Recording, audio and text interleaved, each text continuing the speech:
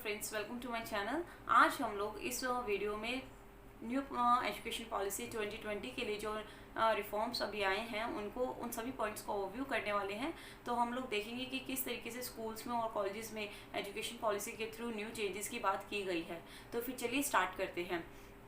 सबसे पहले हम लोग स्कूल्स की बात करेंगे कि स्कूल्स में किन रिफॉर्म्स की बात की गई है। सो सबसे पहले फर्स्ट जो मेजर चेंज किया गया है वो ये है कि जो 10+2 का फॉर्मेट था उसको रिप्लेस कर दिया गया है 5+3+3+4 से। तो ये जो 5+3+3+4 का जो फॉर्मेट है ये क्या है, इसमें जो 5 ईयर्स है स्टार्टिंग के जो फाउंडेशनल ईयर्स हैं इसमें बोला गया है कि जो 3 साल होंगे स्कूल का स्टार्टिंग के जो प्री स्कूल होता है, जैसे जो आंगनवाड़ी स्कूल लर्निंग्स होती हैं उनको रखा गया है, और उसके साथ साथ 2 साल क्लास फर्स्ट और क्लास सेकेंड भी इसमें रखा गया है। इसमें जो एज ग्रुप होगा बच्चों का वो क्या होगा, वो होगा 3 से 8 साल तक का। उसके बाद जो सेकेंड प्रीपेरेटरी स्टेज है उसमें जो 3 साल की है उसमें क्या है, उसमें हम क्लास थर्ड से लेके क्लास 5th तक को कंडक्ट करेंगे, और इसमें जो एज ग्रुप होगा बच्चों का वो क्या होगा, वो होगा 8 to 11। फिर सेकेंडरी स्टेज की बात की गई है 3 साल के लिए। इसमें क्या कौन सी क्लासेस हैं, इसमें क्लास 6 to क्लास 8 तक रखा गया, और जो एज ग्रुप होगा बच्चों का वो होगा 11 to 14 ईयर्स तक। उसके बाद सेकेंडरी स्टेज जो 4 ईयर्स की बात की गई है उसमें बोला है कि 9 to 12, इसमें 2 फेजेस होंगे, एक होगा 9 to 10th और उसके बाद होगा एक 11 to 12th। इसमें जो होगा स्ट्रीम्स को लेके भी बहुत ज़्यादा फ्लेक्सिबल हो पाएंगे स्टूडेंट्स, वो अपने अकॉर्डिंग अपने चॉइसेस के अकॉर्डिंग अपनी स्ट्रीम्स को चूज़ कर पाएंगे, और उन्हें किसी भी स्ट्रीम से जो भी सब्जेक्ट्स उन्हें पढ़ने हैं उन सब्जेक्ट्स को वो चूज़ करके अपने रिक्वायरमेंट्स के अकॉर्डिंग पढ़ पाएंगे। बोर्ड एग्ज़ाम्स को भी इसमें बहुत ज़्यादा बोर्ड एग्ज़ाम्स का जो स्ट्रेस है उसको भी कम करने की बात की गई है। इसमें कहा है, इसमें बोर्ड एग्ज़ाम्स जो हैं वो साल में 2 बार कंडक्ट करवाए जाएंगे, और ऑब्जेक्टिव और सब्जेक्टिव दोनों ही चीज़ों को इसमें ऐड किया जाएगा। बोर्ड एग्ज़ाम सिर्फ एक कोर कॉम्पिटेंसीज नॉलेज टेस्ट करने के लिए कंडक्ट कराएंगे। ये कोई अब स्टूडेंट्स पे स्ट्रेस नहीं रहेगा कि आपको इतने ग्रेड्स लाने ही हैं। वोकेशनल ट्रेनिंग की भी बात की गई है। क्लास 6 से बच्चों को वोकेशनल ट्रेनिंग दी जाएगी कि वो लोग अपनी स्किल्स में जिसमें चीज़ में उनका इंटरेस्ट है वो लोग उस चीज़ में पार्टिसिपेट कर सकते हैं और अपने आप को और भी ज़्यादा बेहतर बना सकते हैं।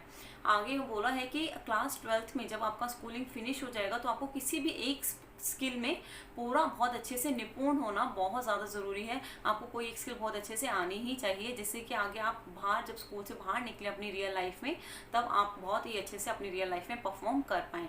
तो इन सभी पॉइंट्स पर बात की गई है, और बोला गया है कि मल्टीलिंगुअल लैंग्वेज के ऊपर भी फोकस किया गया है कि 3 लैंग्वेज फार्मूला जो है जो पॉलिसी है वो रहेगा, लेकिन मदर टंग के ऊपर भी फोकस किया गया है कि मीडियम ऑफ इंस्ट्रक्शन जो है उसमें मदर टंग को बहुत इंपॉर्टेंस माना जाएगा।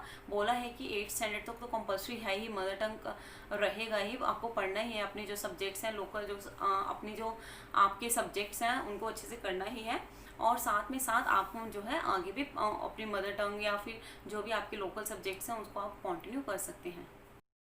मल्टीलिंगुअल की भी बात की गई है। मल्टीलिंगुअल लैंग्वेज में बोला गया है कि 3 लैंग्वेज पॉलिसी तो रहेगी ही, लेकिन क्लास 8 तक आप लोग क्या कर सकते हैं, उसमें आप लोगों को अपना जो लोकल लैंग्वेज है जो अपना मदर टंग है उसको वो तो पढ़ना ही होगा, वो कंपल्सरी है कि आपको पढ़ना है, और आगे भी अगर आप पढ़ना चाहें उसको कंटिन्यू करना चाहें तो वो आपको करना ही चाहिए।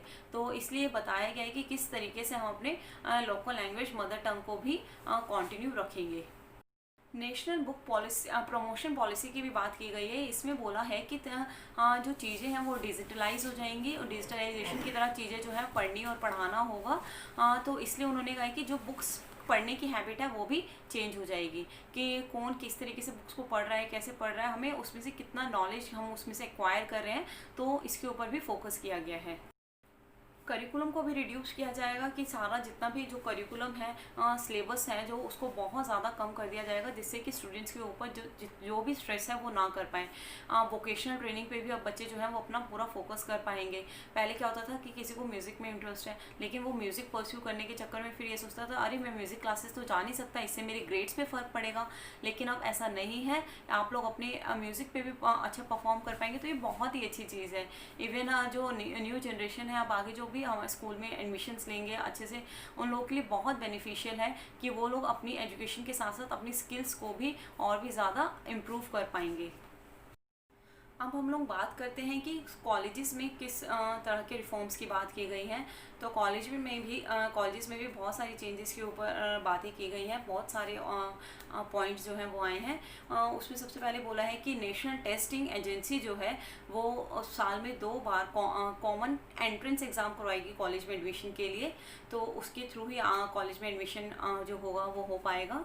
उसके बाद उन्होंने बोला है कि 4 ईयर बैचलर प्रोग्राम्स वो होंगे। इसमें क्या होगा कि जो बैचलर्स डिग्री के लिए जो भी आप क्या कर सकते हैं, अब आप लोगों के पास एक बहुत अच्छा ऑप्शन है कि हम लोग 1 साल के बाद अगर हम लोगों को रोक रहे हैं कि अब हम यहाँ पे आगे कंटिन्यू नहीं करना अपना ये डिग्री कोर्स, तो हम उसके बाद एक स्पेसिफिक पीरियड का गैप ले सकते हैं। उसके बाद हम लोग अपना जो भी हमें आगे करना है वो कर सकते हैं, और एक स्पेसिफिक पीरियड के लिए टाइम होगा। ये नहीं कि आप 50 साल बाद दोबारा आ रहे हैं और कह रहे हैं कि नहीं अब हमें आगे कंटिन्यू करना है। तो वो टाइम जो है वो अभी फाइनल नहीं हुआ है, तो वो फाइनल हो जाएगा। उसके बाद क्या होगा कि आप उसके बाद आकर अपना क्या कर पाएंगे, दोबारा से उस कोर्स को जो भी आपका जो डिग्री कोर्स होगा या जो भी होगा आप उसको कंटिन्यू कर सकते हैं। अगर आपने वो 1 साल का किया है तो आपको उसका डिग्री मिल जाएगा, 2 साल का करते हैं तो डिप्लोमा मिल जाएगा, और इस तरीके से आप जो है वो अपना कोर्स को कंटिन्यू आगे कर पाएंगे। इससे क्या होगा, इससे एक बहुत अच्छी चीज़ होगी। इससे जो आपका क्रेडिबिलिटी है, एकेडमिक क्रेडिबिलिटी है, वो बिल्कुल भी ख़त्म नहीं होगी और वो हम एक मेंटेन रहेगी। उसमें क्या होगा कि अगर 1 साल बाद आपको अपनी म्यूज़िक के लिए करियर के लिए आगे अपने आप को प्रेफरेंस देना है, उसमें जाना है, या किसी और चीज़ में अपने आप को प्रेफरेंस करना है, उसके अपनी और स्किल्स के ऊपर फोकस करना है, तो आप उसमें कर सकते हैं। उसके बाद दोबारा आकर आप अपना कोर्स भी कंटिन्यू कर सकते हैं। तो इसमें जो है वो इंस्टीट्यूट्स को भी आगे जो है इंस्टीट्यूट्स की भी बात की गई है कि इंस्टीट्यूट्स में भी क्या होगा, इंस्टीट्यूट्स भी अपना जो ग्रेडेड ऑटोनॉमी है वो मेंटेन करके रखेंगे।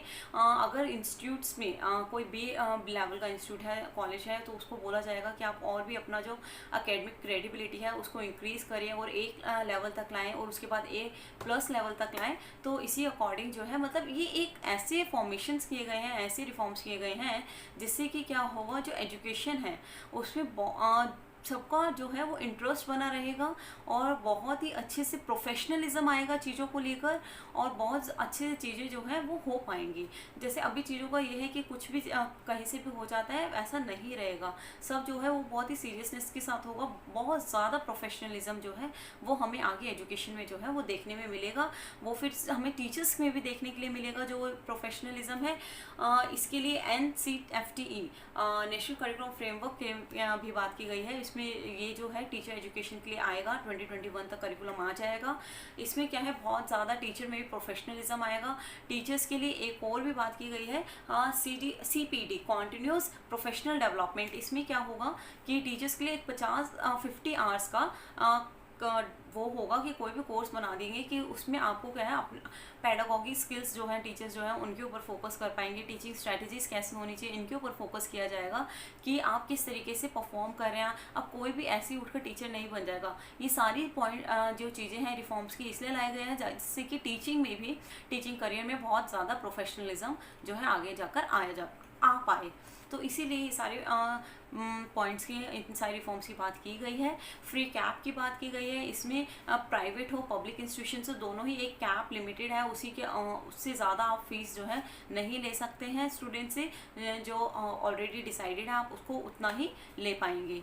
तो इससे भी जो है, जो फालतू में इतना फीस लिया जाता है प्राइवेट इंस्टीट्यूशंस में, वो भी बहुत ज़्यादा रिड्यूस किया जाएगा, कम कर दिया जाएगा। नेशनल मिशन और मेंटरिंग की बात की गई है। इसमें आपको एक मेंटर आप अपने लिए रख सकते हैं। वो मेंटर आप जिस भी अपनी फील्ड में रख रहे हैं अपने लिए, अपने मेंटर जो हायर कर रहे हैं वो ऑलरेडी उस फील्ड में बहुत ज़्यादा स्पेशलाइज होगा, जिससे कि वो आपकी प्रॉब्लम्स को ओवरकम करने में आपको हेल्प करेगा। तो टेक्नोलॉजी की भी बात की गई है। टेक्नोलॉजी में बोला गया है कि सभी स्टूडेंट्स को जो है डिजिटलाइजेशन टेक्नोलॉजी के ऊपर फोकस करना होगा। क्या स्पेसिफिक टेक्नोलॉजी प्रोवाइड करवाई जाएगी, अभी इसके बारे में कोई प्रॉपर डिटेल्स नहीं है, लेकिन टेक्नोलॉजी की भी बात इसमें की गई है कि टेक्नोलॉजी के ऊपर भी पूरा फोकस किया जाएगा। नेशनल रिसर्च फाउंडेशन की बात की गई है। जैसे USA में नेशनल साइंस फाउंडेशन है, उसमें साइंस और रिसर्च के ही स्टूडेंट्स जो हैं इंक्लूडेड हैं। इसमें नेशनल रिसर्च फाउंडेशन लाया जाएगा इंडिया में। इसका काम क्या होगा, ये प्रोजेक्ट्स को फाइनेंस करेगा, और इसमें सिर्फ साइंस के और रिसर्च स्टूडेंट्स ही नहीं होंगे, इसमें सोशल साइंस, आर्ट्स, सब तरह के स्टूडेंट्स जो हैं उनको इंक्लूड किया जाएगा। तो कॉलेज के में भी बहुत सारी चीज़ों को चेंजेस किया जाएगा। एक हायर एजुकेशन को अचीव करने के लिए बहुत सारी चीज़ों को चेंज किया गया है और 2021 तक भी और भी चीज़ों को चेंज किया जाएगा। बहुत सी पॉइंट्स पे बोला है कि हम 2023 तक काम कर लेंगे और बहुत को 2030 तक भी रखा गया है कि हमें 2030 तक जो है ये सारे चेंजेस जो है अपनी एजुकेशन पॉलिसी में लाने हैं, जिससे कि हम अपनी एजुकेशन को और भी ज़्यादा इफेक्टिव बना पाएँ।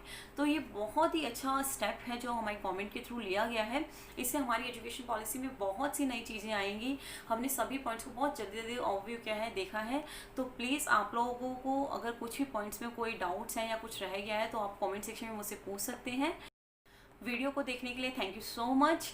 जय हिंद, वंदे मातरम।